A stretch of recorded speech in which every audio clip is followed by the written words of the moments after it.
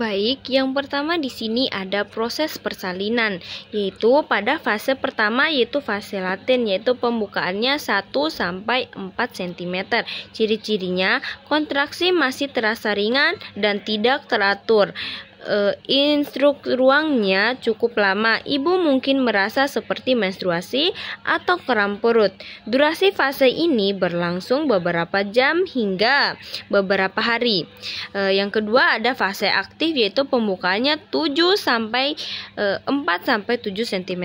Ciri-cirinya kontraksi semakin kuat, lebih sering dan lebih teratur. Intensitas nyerinya juga meningkat. Durasinya fase ini biasanya lebih cepat dibandingkan fase laten. Selanjutnya pada fase transisi, yaitu pembukaan 7 sampai 10 cm, yaitu ciri-cirinya kontraksinya sangat kuat dan hampir terus-menerus. Ibu mungkin merasa ingin mengejan tetapi perlu menahannya sampai pembukaan benar-benar lengkap. Durasi fase ini relatif singkat, namun terasa sangat intens. Itu fase, dan ini adalah fase terakhir, yaitu pembukaan 10 cm. Yaitu ibu sangat mengejan ketika serviknya membuka sepenuhnya hingga 10 cm. Ibu memasuki fase persalinan dengan bimbingan tenaga medis. Ibu akan mulai mengejan untuk membantu bayi keluar dari rahim. Selanjutnya ada tahapan darah nifas, yaitu ada yang pertama lochia rubra, yaitu berlangsung selama 1 sampai 3 hari, berwarna merah kehitaman, volumenya seperti haid berat, darah yang keluar bersamaan dengan sisa jaringan plasenta. Yang selanjutnya ada labia lasarosa, yaitu berlangsung selama 7 sampai 14 hari yang berwarna kecoklatan, volume lebih sedikit, darah keluar mengandung sisa hormon dan sel darah putih. Yang di sampingnya ada lochia arbra. Lochia arbra ini berlangsung selama 14 hari yang berwarna putih bening yang merupakan tahap pemulihan. Cairan ini mengandung selaput lendir dan serabut jaringan yang mati.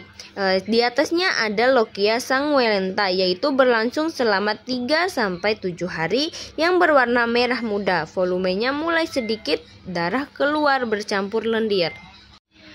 Selanjutnya ada proses penyusutan rahim, yaitu di hari pertama dan hari kedua rahim akan terasa keras dan terletak setinggi pusar. Tingginya pundung uterus sekitar 12 sampai 13 cm. Yang selanjutnya pada hari ketiga sampai hari ke-6, tinggi pundus uteri menjadi sekitar 3 cm dan di bawah pusat rahim terasa cukup keras. Yang selanjutnya ada hari ke-7 sampai hari ke-8, yaitu tinggi pundus uteri menjadi sekitar 5 cm di atas siklus kubis. Rahim mulai terasa lebih lunak. Yang terakhir yaitu di hari ke-9. Di hari ke-9 ini tinggi pundus uteri menurun dan sudah tidak terasa di atas siklus pubis. Rahim semakin mengecil dan mengeras. Baik, di sini ada proses laktasi. Yang pertama ada kulit, yaitu lapisan terluar dari payudara dan melindungi jaringan di dalamnya. Yang di bawahnya ada jaringan adiposa, yaitu jaringan lemak yang memberikan bentuk dan ukuran pada payudara. Di bawahnya ada saluran susu, yaitu saluran-saluran kecil yang membawa susu dari kelenjar susu ke punting susu. Di bawah saluran susu ada areola, yaitu bagian yang berwarna gelap di sekitar punting susu. Areola memiliki kelenjar Montgomery yang menghasilkan minyak untuk menjaga kelembapan punting. Yang di bawahnya lagi ada punting susu, yaitu bagian yang menonjol di areola punting. Punting susu memiliki saluran-saluran kecil yang terhubung dengan kelenjar susu. Selanjutnya ada lobus, yaitu kumpulan kelenjar susu yang menghasilkan susu.